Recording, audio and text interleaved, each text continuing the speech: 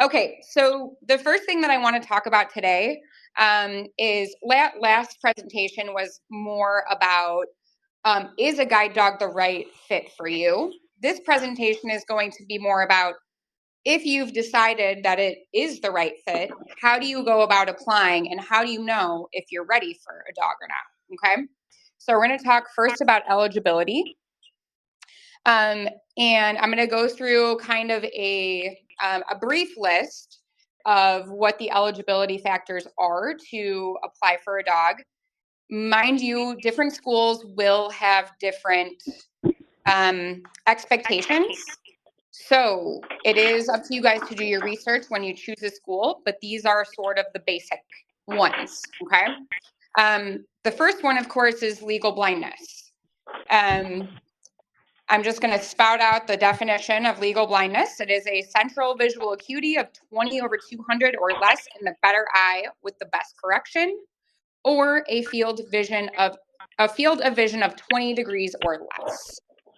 So all schools will require this, and they most likely will require an optometry or an ophthalmology report as well.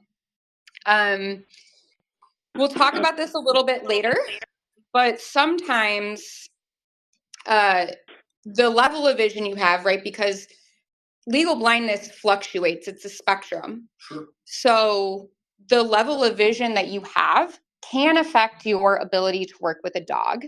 And we'll talk about that a little bit later, and how it might kind of interfere with a dog. The next eligibility factor that I have listed is orientation and mobility. So most schools, I'm not going to say all, but most, will require having completed a formal orientation and mobility training and to be able to demonstrate the ability to travel and live independently, right? Because you guys are going to be caring for a dog.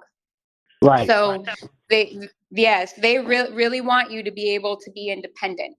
And having completed an orientation and mobility, and better yet, a living skills program or a technology program is even better. Some schools will have a minimum requirement for O&M. Some schools will not. It really differs. But I really like to tell the people that I work with that they should have a minimum of 6 months of O&M before they apply for a guide dog. At a minimum, I think it's a good practice to just, even if you already have some skills, to just get out there and really refine them, and fine tune what you already know, even if you've already had a baseline of training. A lot of guide dog schools will ask your local orientation and mobility specialist for a formal report and or a reference, stating kind of how many hours you've worked with them, what goals you guys have met, what goals you may still have left to meet. Okay. Something to keep in mind is that when you apply to guide dog schools, a lot of guide dog schools will have a significant amount of wait time right now, anywhere from 6 months to 18 months. So with that, there may be time, if you haven't met all of your goals yet for orientation mobility, there may be time between the time that your local O&M writes you a letter and the time that you actually have your home interview to work on those skills. Okay. Just something to keep in the back of your mind with your application timeline. And I wanted to list out a couple of orientation and mobility related skills that are really important to master before you guys apply for a dog. The big one is street crossings. All guide dog schools will require you to be able to safely and independently cross streets at lighted intersections and stop sign controlled intersections.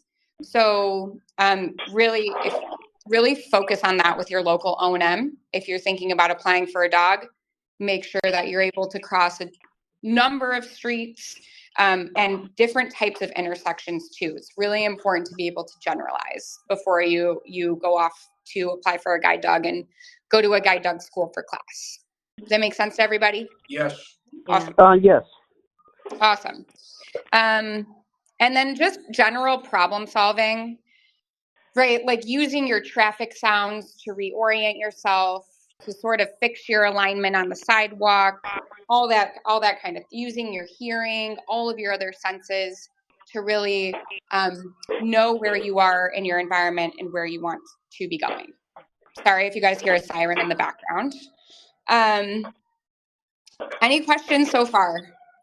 Yes, I do. I'm just curious. Okay, when it comes to like crossing the street, I guess. Okay, I'm assuming it don't have to be perfect, but I guess good enough to where they as in the school consider it being safe, right, so to speak, or it's like kind of like how, cause for me being blind, whatever, no, I tend to verge sometimes, and I try my best. I'm thinking in my head as I cross the street with them, I'm thinking I'm walking straight, and I feel like I know I'm walking straight, but of course, other people tell me like, well, Lamar, no, you really were not walking straight. You were kind of veering a little bit to the left, or you were veering on towards the right. Like, wait a minute, how is that possible? Like, Yeah.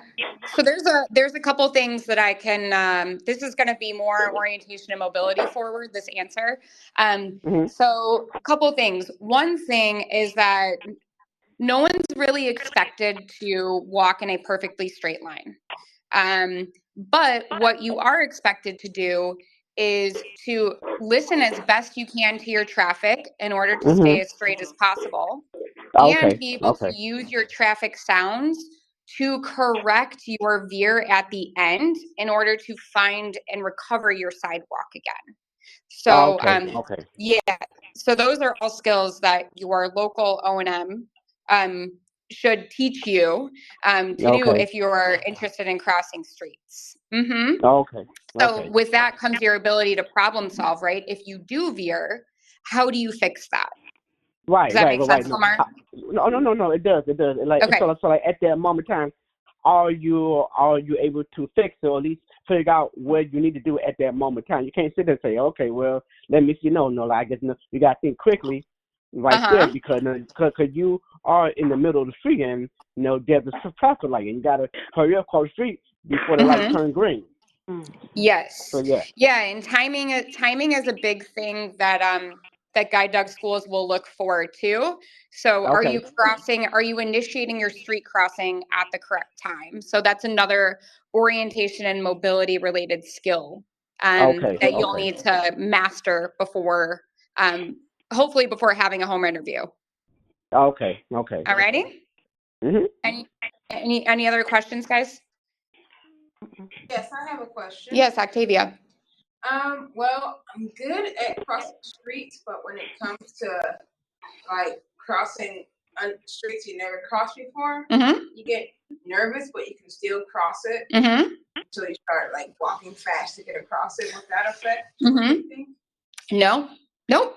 Actually, when I teach O&M, I teach people to cross faster. No matter what, you should be walking at a little bit faster of a pace when you're in the street than when you are on the sidewalk, right?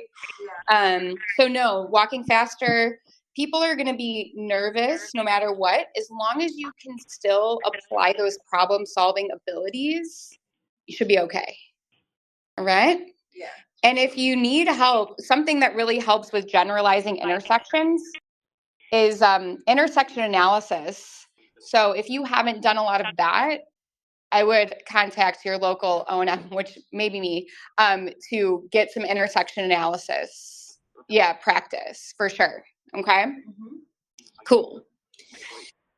All right. So the next eligibility factor I want to talk about is lifestyle and travel practices. So this is a big one that the guide dog schools look for. And it's basically whether you have enough independent travel routes to be able to occupy a dog's time. Okay. So a lot of schools will require you to have multiple routes, sometimes 2 to 3, walking roughly around a mile per day at the minimum. So you really have to have places to go and you have to go to them often. All right. And on top of that, you have to be able to complete these routes independently as well. Outside of using your guide dog for work, you also have to be able to assist them in expending energy in their free time as well. So you're working them during the day, which is expending energy, but they also need a little bit of off time, right? They need a little bit of play time. They need time to be a quote unquote dog, right? So you have to have the ability to do that as well. Now, that doesn't mean you have to have a fenced in backyard or anything like that, but just the ability to spend a little extra time with your dog. Okay. And then the other thing is you're going to probably be interacting with the public a little bit more, as we talked about last time. So really being prepared to do that. Have your elevator speech ready for people when they're asking you about your dog and what your dog does, right? So that's maybe a little bit of a change in lifestyle versus you guys using your cane. And then also, what is your work environment like? So are you sitting at a desk all day? If so, it's fine. Your dog may be required to settle a little bit more efficiently than if you were active at your job.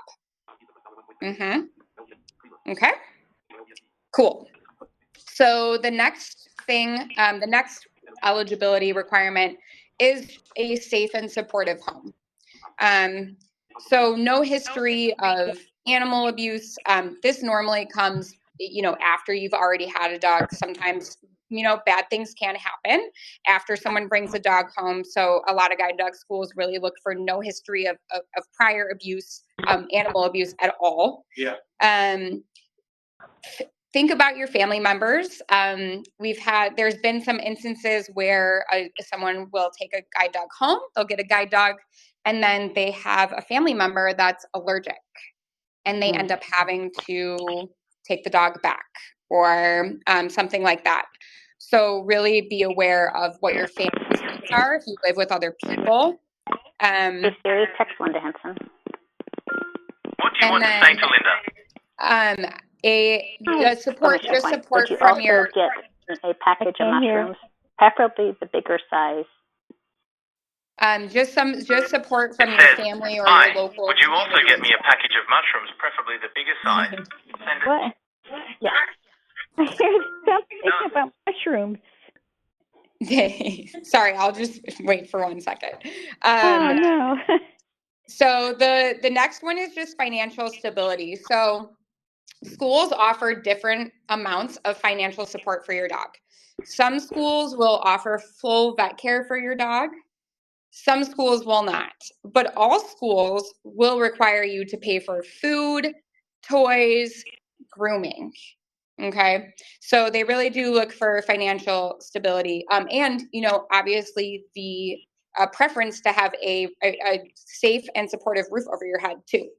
And then the last thing is I just want to mention, we'll talk about home interviews, but a home interviewer for a guide dog school will most likely meet you at your house, just so they can see you in your home environment. Any questions about those two? No. Okay. Mandi, this is Sharon. Can I ask you, or maybe you'll address this later, about age requirements? Either at the young age or older age, please. Yeah, you can totally ask me because I actually did not have that. So most of a lot of schools will require you to be 18 and older. I know there are a couple schools that will consider people who are 16 and older. So if you have someone interested in getting a dog that is a minor, it will just require some research on which schools will take younger clients. My student will be 18 in October. 18 in October? She'll be a senior next year. Yeah, and I'm kind of hoping that she would not get a dog before her senior year. But that's not my call. Yes. So she's turning 18 in October. Okay. Got it. So, most likely the wait will be very long anyways, Sharon. Okay. So, so it most likely, I would say it probably wouldn't happen by October.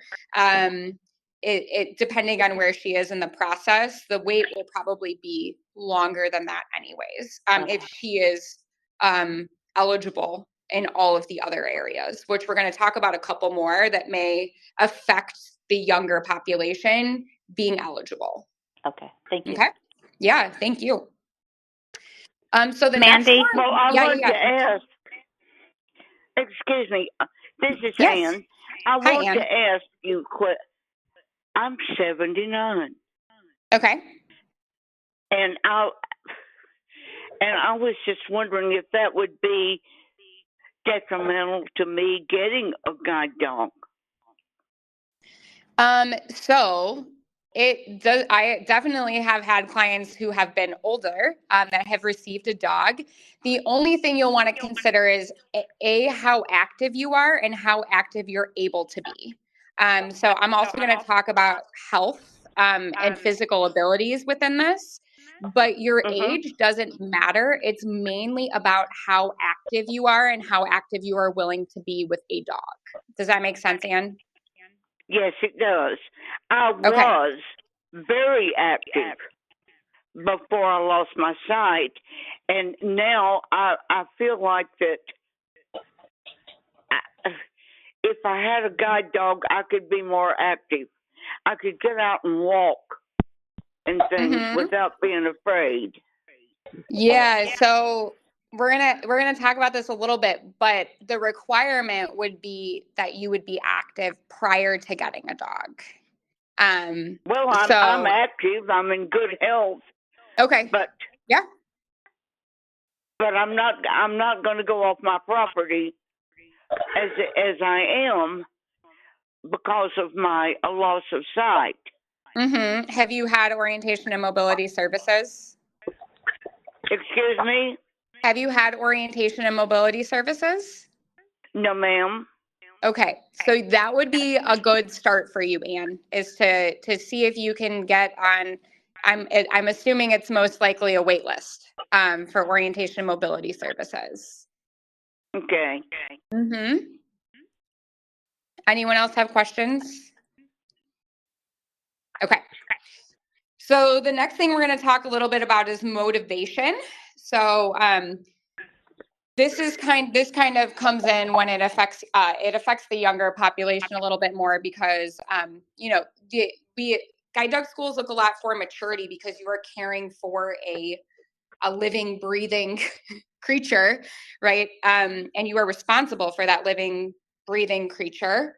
And one of the things that they look for in motivation is you have to have a realistic plan of use for a guide dog. So you can't just want one because you want a dog or something like that. You have to have places to go and things to do in order to be eligible for a dog. The other thing that I wanted to mention is that a guide dog is not a quick fix for poor orientation and mobility. So a lot of people want to get a dog because they can't get by or they feel like they can't get by with their cane.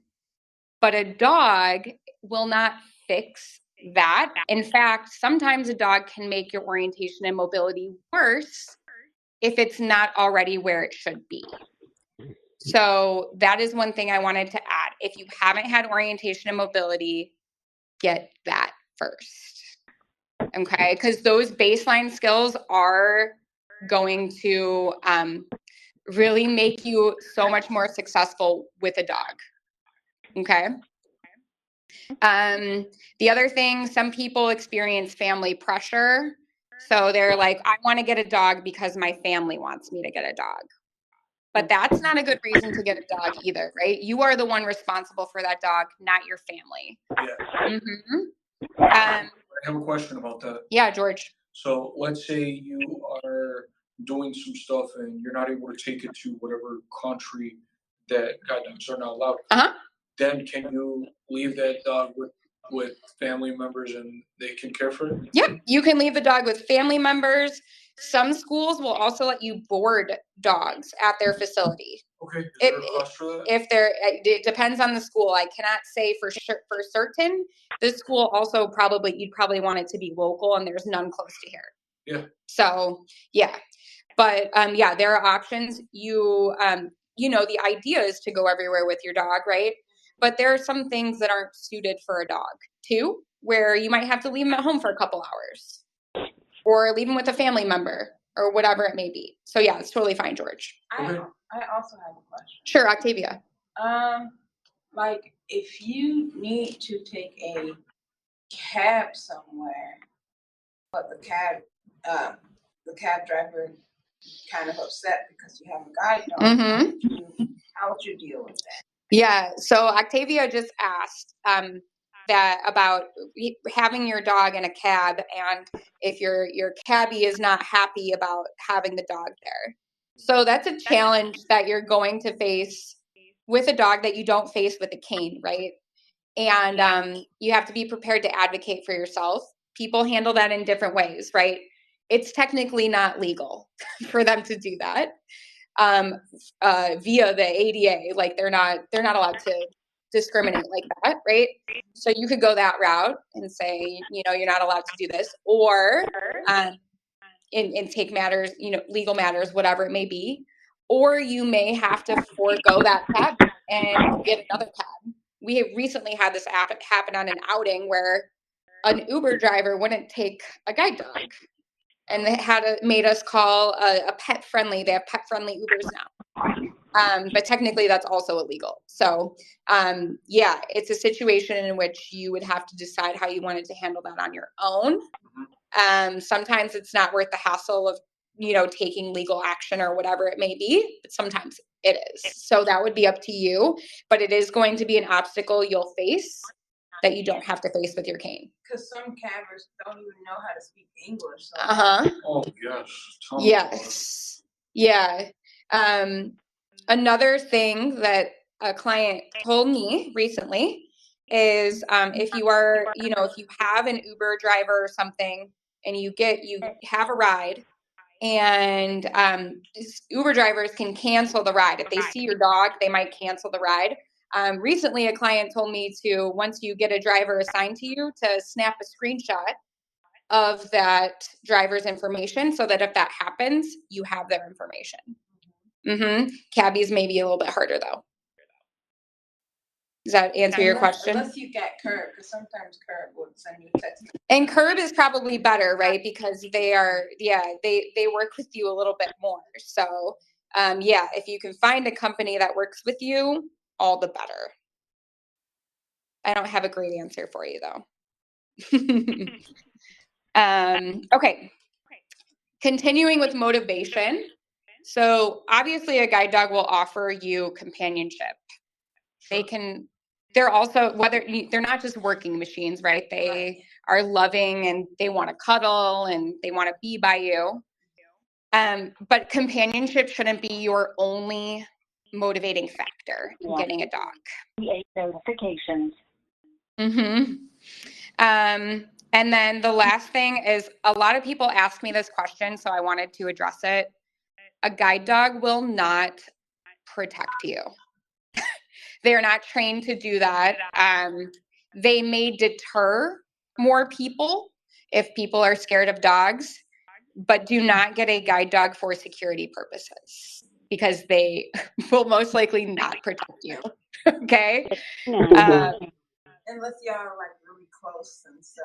Like, you know, when your bond becomes really strong. Yeah, you know, they might bark at someone who comes to the door, but there's not going to be much more action than that.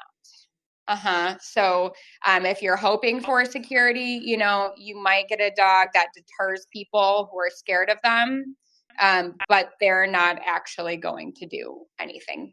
Right. Yes. Okay. So I just wanted to add that as an aside because I get asked that all the time. So the last thing I'm going to mention, which I maybe should have mentioned this earlier, is just your physical and cognitive ability. So what is your activity level? Are you active? Can you get out? Can you walk? What's your stamina like? You'll generally be walking faster with a dog, so you may need a little bit more pep in your step. Some schools will look at hearing. I know, so Leader Dog, to my knowledge, is the only school that will serve someone who is deafblind. So keep that in mind when you're applying. And then just your physical capabilities of handling a dog. Some of these dogs can be 70, 80 pounds, right? So, but they can also be as little as like 45. So just your physical capabilities. Are you able to handle a dog? What size dog are you able to handle? And then a lot of schools, I just want to add this too, they require a physician's report. I haven't really read many physician's reports, but they'll require a report from your physician. That kind of covers the eligibility factors. So are there any questions after covering all of those? Or have I missed anything from any of the guide dog users on the call? Good. Okay. Next, I'm moving on to the application. Sorry, Mandy. I had to take myself off mute. This is Judy. I just want to mention that my dogs are from Guiding Eyes for the Blind, and they do have specialized training, so they do work with people who have vision loss and hearing loss. Oh, amazing. I did not know that. So add Guiding Eyes to the list. That's great. Do they have, do you know if they have sign language interpreters there, Judy? I think they do. Because I know there's deafblind people that are on the, Guiding Eyes graduate list. Okay, cool. Awesome. That's great to know. Okay, moving on to the application process. So I'm going to go through pretty much the whole process of getting a dog from application all the way through getting support in the field. So to start with the application process, your local O&M, if you have one, can provide you with a lot of resources. What schools are out there, like what the numbers are, websites. They can give you a guide dog readiness checklist. But it is ultimately up to you guys to do your research, because I was talking to someone about this earlier. You don't want your O&M to choose a school for you, right? Because what happened, and your O&M probably will not choose a school for you, because what happens if that school doesn't work out? You could end up blaming your O&M, right? Yeah. So it's like taking financial advice from people, right? So yeah. So I always say your O&M can give you all of the resources you need, but you guys are ultimately responsible for doing your research and picking the school that best fits your needs. My advice would be to call every school that is interesting to you and have a conversation with them. Get information from them, because I'm sure they will all tell you what they have to offer, what might be different from other schools. So, and then I mentioned the guide dog readiness checklist. Those do exist. And I have given them to people before as well. So you could also call a guide dog school and they will probably give you the same thing. The next thing that comes up is filling out a guide dog application. So once you find a school, you choose a school, you can also apply to multiple schools. There's nothing wrong with applying to multiple schools. As I mentioned before, different schools have different amount of wait times. So if you apply to a school that has an 18-month wait time and a school that has a 6-month wait time, maybe you just want the school that's going to choose you first. I don't know if I'd recommend that, but if that's what you choose. So filling out the applications, they will most likely have, a lot of questions, and they will most likely have a lot of paperwork that you have to send in. Sometimes they'll have like surveys, like a lot of them have O&M surveys that you'll have to turn in. So filling out the application can be kind of a process. And some schools have longer applications and more in-depth application processes than others. So that may be another thing to consider. But yeah, your next thing would be filling out the application, getting all of your necessary paperwork in. After that, you'll probably have a phone interview that will contain some screening questions. It may be, what routes do you travel? What are those routes like? How many blocks are they? How many streets are you crossing? Do you use public transportation? Obviously, where you live. Do you live in a city? Do you live somewhere rural? They'll ask you, some more basic questions, just some basic screening before the next step in the process. Any questions so far? I have a thing. Somebody told me that it's best to choose a school, like if you live in a city, it's best to choose a school that would also be in a city so that the dog will be used to the city already. Yeah, it's a good point. So Octavia just mentioned that someone had told her that it's best if you live in a big city like Chicago to choose a school that also has access to a big city. And I would say that that is definitely an advantage to do. A lot of the big city, I haven't like been to New York enough times, but compared to a lot of other cities in the United States, Chicago is dense and complicated. So it would definitely be an advantage to go to a school that has access to a large city. That way you get public transportation with your dog. You can experience that. So I would say that is definitely would be a big consideration if it were me. Yeah. Anyone else have questions so far? Awesome. This is Sam. Yes. How do we find out who these schools are, where they are, and what they offer? Yeah. So there's a website. I'll say it on the call. It's called it's igdf.org. And that is the International Guide Dog Federation. And they will list all of the schools on their website. I cannot access the computer because I'm totally blind. Okay. And I don't know what to do. Well, I think in that case, you would definitely and want to reach out to a local orientation mobility specialist. And they can also help you with that. And they can also help you be able to get around and all that sort of stuff. So I would start there. Okay, thank you. You're welcome. Okay, so following the phone interview, you'll have a home interview scheduled. So a guide dog representative from the school will come out to your house and they will conduct an interview. And they will most likely want to meet you at home. There's an interview portion. It's basically like they'll get to know you. They'll say, hey, who are you? What do you do? Where do you go? What do you like to do for fun? Right? Be like kind of a get to know you thing. They'll take down some of your routes because they just want to be painting the best picture of who you are in order to best determine if you are eligible for a dog and then what dog to match you with at the end of the process. After that sort of like interview portion, they'll ask you to go on an independent travel route, meaning that you'll have to use your cane to go out on a route that you choose that you know. Sometimes they'll have a distance requirement for this route. Sometimes they'll want to see you crossing, or they want to see you cross a lighted intersection. So, and it will depend on the individual school that you choose. You should definitely ask them what they expect of you in their home interview. Make sense to everybody? Mm-hmm. Awesome. And then also, they'll want to do a Juno route with you. Some of us did Juno last week. Juno is basically a guide dog simulator. It's an empty harness. And the instructor will hang on to the front part of the harness, and the person being interviewed will hang on to the back part of the harness.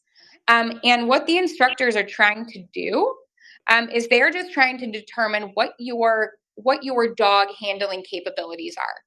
Because dogs come in a variety of different handling styles. Some dogs are sensitive and they don't require you to do anything. They're just kind of existing. They're happy to be there. But some dogs are a little bit more sassy and gung-ho, and they might require you to do a little bit more management. So this Juno walk kind of allows the instructor to see what you are willing and capable of doing in terms of dog management. The other thing that the Juno route does is gives the instructor an idea of how fast you like to walk. Because as we discussed last week, you're going to walk a little bit faster with the dog, right? Yeah.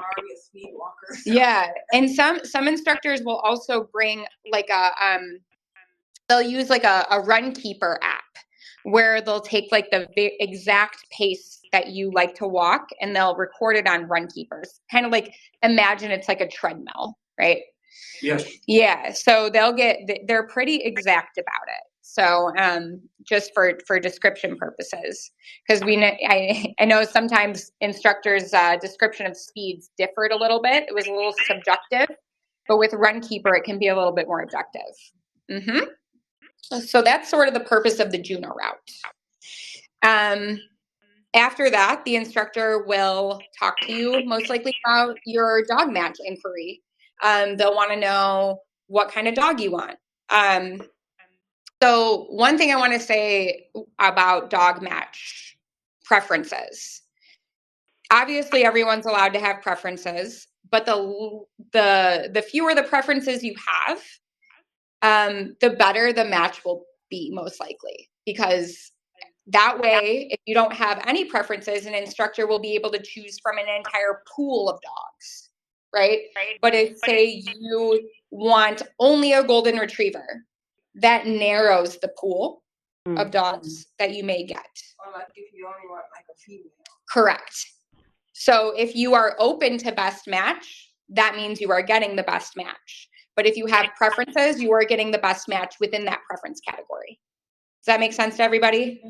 Yeah. So there's nothing wrong with preferences. Some people, they're business people. They wear black. They want a black dog. They don't want yellow fur all over their clothes. Totally understandable, right?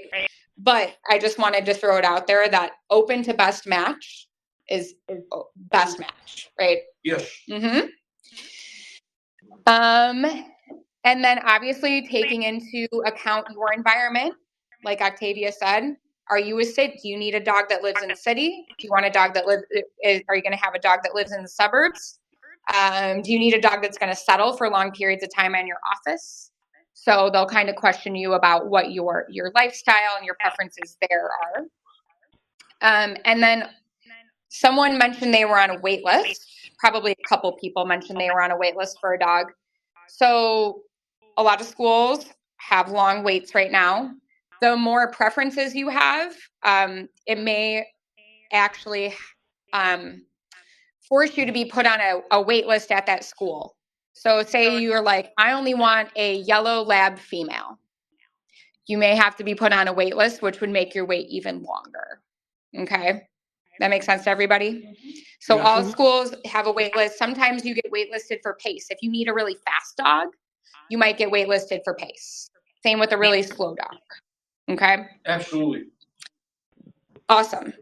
And then after this, so home interview's done, instructor leaves, then the decision to accept or not accept is left up to the guide dog school. At this point, I cannot tell you guys how long it takes to make that decision from the time the home interview is submitted. But the guide dog schools make the ultimate decision, not the instructor that you had the home interview with. Okay, so they'll read the report and the guide dog school will make that final decision. Okay?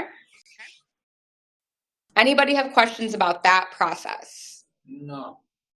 Okay. No. And it will differ from school to school. So if what I'm saying doesn't exactly match what the school you guys choose does, it's kind of general. Okay. Next, I want to talk a little bit about class. So if you're accepted for a dog, you're most likely going to be given a class date. And that will require you to go to that school. Unless it's unless it's Occupaz, calling out Occupaz right now. Occupaz does in-homes for people, which is really cool. It's great. But a lot of schools will require you to go there for a varied length of time. So some schools are 2 weeks, some schools are 4 weeks, some schools maybe a little bit longer. So that may be a deciding factor in which school you choose. Do you want to be away from home for 6 weeks? Probably not, right? So some schools also do in-home training. They will offer that on rare occasions. A lot of times it has to be medical. So if you decide to go to a school that is not OccuPause, don't count on getting an in-home training. Make sense to everybody? Yes. Okay. Yes. So in-home possibilities. The next thing, so class, it usually is all day, so it's pretty involved. You're going to be working one-on-one with a guide dog mobility instructor who is going to be focusing on how to teach you to work with your dog. Okay, so they're not focusing on mobility. They're not doing any of that. They are focusing on getting you to be successful at working with your dog, your specific dog, because some dogs need different things, right? So encouraging you to give the dog the praise that they prefer, right? Because these instructors, most of the time, they know the dog pretty well. And they will help you kind of tailor your individual style to meet the dog's expectations, right? Okay. And then does anyone else? So yeah, a lot of times too in class, I don't know for every school, but they'll offer to pay for room and board and food while you're there. Like I said, maybe not all schools, but I know most schools who do have you come to their campus for class will offer that stuff free of charge. And then following class, so graduation, you graduate with your dog. Hopefully you're feeling comfortable at this point. Some schools offer field support as well. If your school doesn't offer field support, I would recommend trying to find a school that does, because things come up in the field when you get home that maybe don't come up in class. And if your school offers representatives that will come out and help you out with those issues, that's what we want. That's what we want to strive for. Because an O&M can help you with certain things with your dog. But an O&M can't help you with everything. They can't help you with management issues. They can't help you with obedience-related issues, right? They can help you with if you're having trouble aligning at a street crossing with your dog, or if you're having trouble locating an APS button, right? But they can't help you with certain issues related to your dog itself. Yeah. It's an accessible pedestrian signal. Oh, yeah. Yeah, sorry, I should have said that. Like the talking light? Correct. Got that word? Yeah, so we talked about this last week. Dogs can actually help you locate those. But yeah, an O&M can't help you with everything. So it's really, really nice to be able to have a guide dog representative come out to be able to help you with dog-related behavior types of things. And some schools will offer like yearly or annual visits. Some schools may offer just like emergent, like if you need it, call us types of deals, right?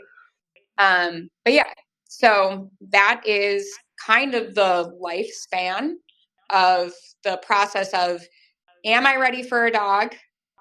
Applying for the dog, getting the dog, and then maintaining your work with the dog once you have graduated.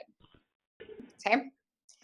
That is all I have for this presentation. Does anybody have questions that I have not answered at this moment?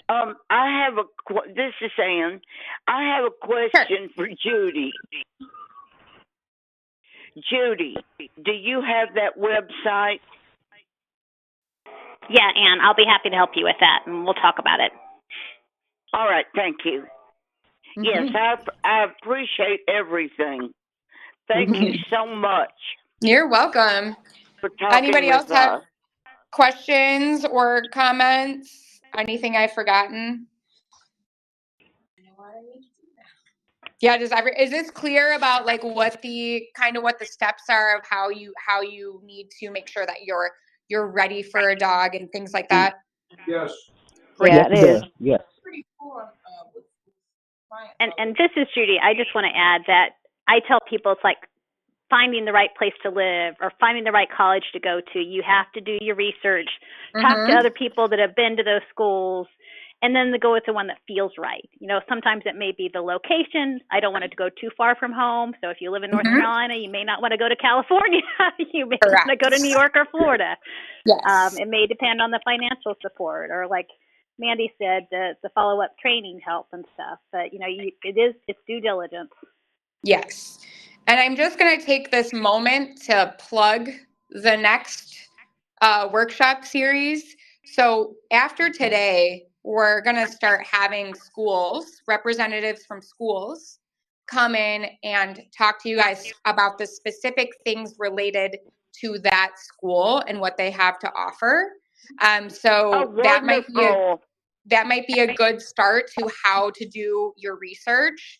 It's not every school. It's only about a third of them, but it might be a really good start for your research journey. Okay. Oh, thank you. Yeah. Anything else, guys? No. Awesome. Well, thank you guys so much for coming, and hopefully I will be seeing you guys. Pam, I think she's on this call. She's going to be our next speaker for Guide Dogs for the Blind. So, okay. Yeah. And when would that be, or what date that would be when it comes to the next, I guess, meeting or no? It's April 12th at 1 April p.m. And you can call in, Lamar, or you can come in. Pam's going to be here in person, so you can call in or you can come on in too. Okay. April 12th. Okay, I got it. Okay. Yep, April 12th, 1 p.m. 1 p.m. Okay, cool. Mm-hmm. Oh, 1 p.m. Okay. That's Central Time, though. Oh. Yes, Central Time. Central Time. Sorry, guys. Okay. Bye. Thank you. Bye.